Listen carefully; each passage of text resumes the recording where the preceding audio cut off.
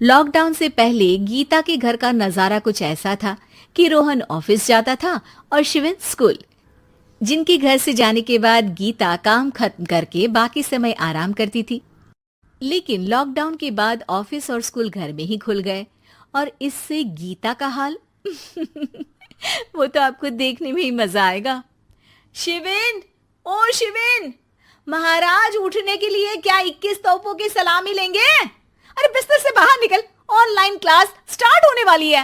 अरे तुम भी हद करती हो, स्पीकर की तरह चिल्लाने की क्या जरूरत है? दिख नहीं रहा मेरी कॉन्फ्रेंस चल रही है। अब कैमरा और स्पीकर ऑन कर रहा हूं, मुझे कोई शोर नहीं चाहिए। इस पर जैसे ही रोहन लैपटॉप का कैमरा और स्पीकर ऑन करता है तभी कुकर की सीटी बजती है। करा लो अब इसे चुप। लॉकडाउन नहीं हुआ, मेरी मौत का फरमान जारी हो गया। दोनों बाप बेटे ने नाक में दम किया हुआ है। ऐसा बोलकर गीता वहां से शिविन के कमरे में पहुंच जाती है, जहां शिविन अभी भी सो रहा होता है। ओ आलसी, अब अगर 5 मिनट में नहीं उठाना तो आज तेरा गेम और यूट्यूब कैंसिल। माँ की बात सुनकर शिविन बिना 1 मिनट गंवाए उठ खड़ा होता है। उठ गया, अभी नहाकर भी आता हूँ।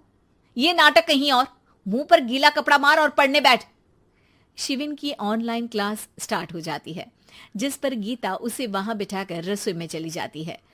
थोड़ी देर में उसे कमरे से कुछ आवाज सुनाई देती है, जिसे सुनकर वो कमरे में वापस आती है। हाय राम, तुझे क्लास अटेंड करने के लिए बोला था, कैमरा ऑफ करके बिस्तर पर नाचने के लिए नहीं बोला था। मम्मी मुझे कुछ समझ नहीं आ रहा, आप बाद में पढ़ा देना ना, वैसे भी अटेंडेंस तो लगी गई है। हाँ बेटा, जरूर बन जा, तू अभी से हम सबका बाप बन जा। अरे नहीं मतलब कहाँ से लाते हो इतना दिमाग, और पढ़ाई करते हुए ये चला कहाँ जाता है? नाइस क्वेश्चन, दिमाग से पूछकर बता दूंगा। शिविन की बातों से परेशान होकर गीता उसे मारने के लिए जैसे ही आगे बढ़ती है तभी वो कमरे से बाहर भाग जाता है। अब शिविन आगे आगे और गीता हाथ में चप्पल पकड़े उसके पीछे पीछे पूरे घर में दोनों घूम रहे होते हैं। इसी बीच वो रोहन के पास पहुंच जाता है और शिविन को मारने वाली चप्पल रोहन के लैपटॉप पर जाकर गिरती है। ओए माँ! मम्मी, अब पापा को चप्पल मार रही हो? वो आज तक के रिपोर्टर, चुपचाप जाकर क्लास अटेंड कर ले, नहीं तो अगली तेरे पीछे लगेगी। इस पर शिविन वहां से चला जाता है, जिसके बाद रोहन गीता से कहता है, इस सर्कस के लिए कुछ बोलना चाहोगी? अरे क्या करूं, जब से तुम दोनों घर में रहने लगे हो, घर अपने आप ही सर्कस बन गया है और मैं तुम्हारी नौकर। कभी बेटी को संभालो तो कभी बाप के नखरे उठाओ। इन्हीं सब उथल पुथल में दिन बीतते रहते हैं, जिसमें हर रोज घर के अंदर कुछ नया सियप्पा खड़ा मिलता है, जो ज्यादातर शिविन और रोहन के ऑनलाइन स्कूल और ऑफिस से रिलेटेड ही होता है। एक सुबह, शिविन चल उठ, आज की क्लास जल्दी है। कैमरा ऑफ करके आप अटेंड कर लो। अरे ऐसे छित्तर पड़ेंगे, दादी नानी सब एक साथ याद आ जाएंगी। गीता की लाख मशक्कतों के बाद क्लास तो खत्म हो जाती है, लेकिन उसके बाद शिविन फोन इस्तेमाल करते हुए इंस्टाग्राम रील बनाने लगता है। रसोड़े में कौन था?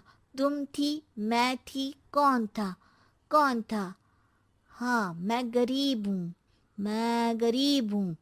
अरे ओ गरीब के बेटे, आजा, मैं बनाती हूँ तुझे गरीब। मैं बताती हूँ रसोड़े में कौन था। पढ़ाई करने बोलो तो इनकी माँ मर जाती है, और ये पागलपंतियां जितनी मर्जी करा लो। गीता शिविन को डांट रही होती है, तभी रोहन बीच में बोल पड़ता है। अरे बच्चा ही तो है, इतना गुस्सा क्यों कर रही हो? बेटे का साथ देने की इसी एक कोशिश में अब शिविन के साथ साथ रोहन भी गीता के गुस्से की सूली पर चढ़ जाता है। अगर बेटे पर इतना ही प्यार आ रहा है तो इसे क्लास अटेंड क्यों नहीं कराते, इसका होमवर्क क्यों नहीं कराते? उस समय तो बहुत जल्दी मीटिंग आ जाती है, वो काम मैं करूं और यहाँ इस बेफिजुली की चीज में तरफदारी करके बन जाओ महान। हे भगवान, कोई तो इनके ऑफिस और स्कूल खुलवाओ, मैं इन्हें और घर में नहीं सह सकती।